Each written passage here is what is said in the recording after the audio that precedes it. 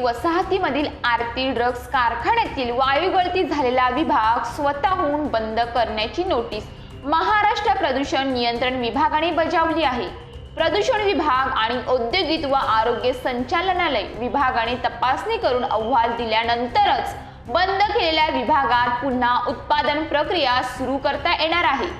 तारापूर औद्योगिक क्षेत्रातील सालवड येथील प्लॉट क्रमांक T150 वरील आरती ड्रग्ज या रासायनिक कारखान्यात शनिवारी दुपारी 2:30 वाजण्याच्या सुमारास वायू गळतीची घटना घडली होती। द्रवयुक्त ब्रोमीन वायू टँकरमधून रिकामा करताना त्याची गळती होऊन हा वायू हवेमध्ये मोठ्या प्रमाणात पसरला। वायू गळतीची घटना घडताच कारखान्यातील 110 कामगारांना तात्काळ बाहेर काढण्यात आले होते।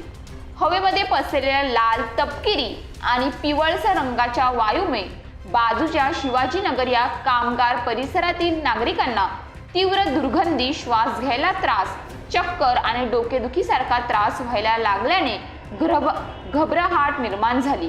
वास संपूर्ण बोईसर परिसरापर्यंत पसरला होता। तारापूर येथील अग्निशमन दल आणि बोईसर पोलीस यांनी तात्काळ घटनास्थळी पोहोचून गळती सुरू असलेल्या वायूवर नियंत्रण मिळवले। यावेळी शिवाजीनगर परिसराकडे जाणारा रस्ता काही वेळ वाहतुकीसाठी बंद करण्यात आला होता। कारखान्याबाहेर उभ्या मालवाहू ट्रकचा चालक अशोक मनुभाई जोगी याला अधिक त्रास होऊ लागल्याने त्याला बोईसर ग्रामीण रुग्णालयात उपचारासाठी दाखल करण्यात आले होते।